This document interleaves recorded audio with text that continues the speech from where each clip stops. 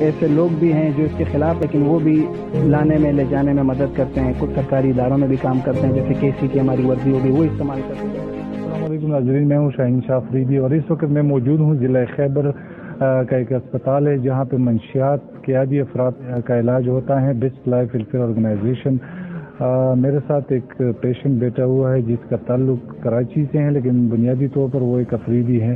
تو آئیے ان سے پتہ کرتے ہیں کہ انہوں نے نشہ کس طرح شروع کیا، کیا وجوہات تھی. پہلے اپنا نام بتائیں اور کراچی میں آپ کا تعلق کہاں سے ہے، یہاں افریدی قوم میں آپ کہاں رہتے ہیں؟ وعلیکم السلام سر جی، آپ کا شکریہ بات کرنے کا موقع دیا ہمیں. میرا تعلق ضلع خیبر ایجنسی سے ہے. بنیادی طور پہ میں خود افریدی ہوں اور رہائش میری Karachi Orangi town sector 4F میں. بچپن میٹرک میرے سارا زندگی وہیں گزری. اچھا، نشہ کب شروع کیا، کتنے سال پہلے، اور کس نے آپ کو یہ نشہ پرووائڈ کیا؟ نشہ سر تقریباً 12-13 سال پہلے میٹرک کے بعد 2008 میں شروع کیا اور آسانی سے مل جاتا ہے کراچی میں. جی.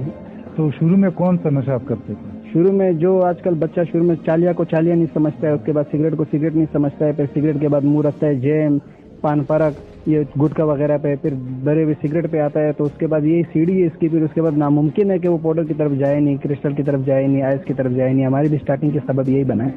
تو ہم نے تو سنا ہے کہ کراچی میں بڑی سختی ہے نشے کے خلاف. بالکل ہے سر، جاتے ہوئے بھی پولیس سے ٹکراؤ ہوتا ہے، آتے ہوئے بھی پولیس سے ٹکراؤ ہوتا ہے، لیکن پیاسا کنویں کے پاس جب جاتے ہیں تو پانی لے کر ہی آتا ہے سر جی. تو ایسی شہروں میں پھر نشے کی چیزیں مہنگی بھی ہوتی ہے، آپ کو ملتے کیسے؟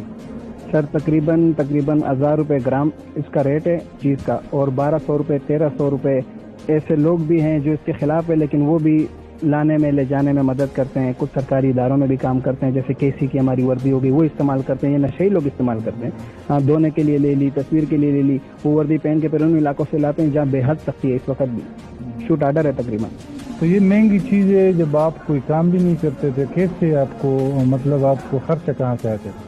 سر ناممکن سی بات ہے کہ ایک ڈرگس کا عادی ہو اور وہ 2 نمبر طریقے اختیار نہ کرے.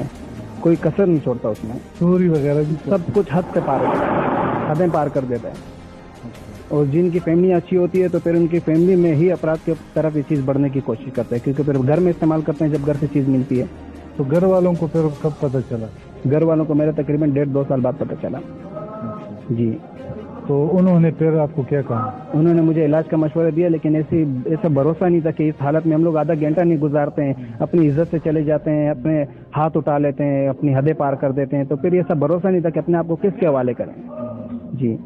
تو جب گھر آتے تھے غصہ وغیرہ آپ کرتے تھے؟ جی بالکل کرتے تھے. شادی ہوئی ہے؟ نہیں، شادی نہیں ہے.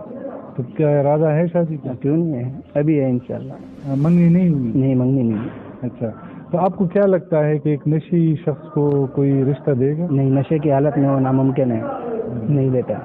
تو جب آپ یہاں آئے بیسٹ لائف ویلفیئر آرگنائزیشن، کیا پہلے آپ کیا سوچتے تھے کہ یہاں کیا ہوگا، جیل ہوگا، سختی ہوگی؟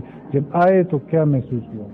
سر یقین کریں، آنے سے پہلے میرا بھی یہی سوچ تھا کہ ایک نشے کی عزت معاشرے میں ایسی ہے تو اس کو کس نظر سے دیکھا جائے گا، اس کا کیا ہوگا، بس پانی میں باندھ کے رکھیں گے، یہی سوچیں لے کر آیا تھا. لیکن آنے کے بعد الحمدللہ سب کچھ مختلف پایا. جی. پہلے دن سے آج میرا تقریباً 35 دن ہو گئے، آج تک مجھے دوا مل رہی ہے. تقریباً 4 بار مجھے ڈراپ لگی ہے یہاں پہ. اور تکلیف میں تو کہتا ہوں کہ اس کی دعوت ہونی چاہیے تھی، جس طرح تبلیغ کی دعوت ہے کہ گارنٹی کے ساتھ علاج ادھر کیا گیا میرا.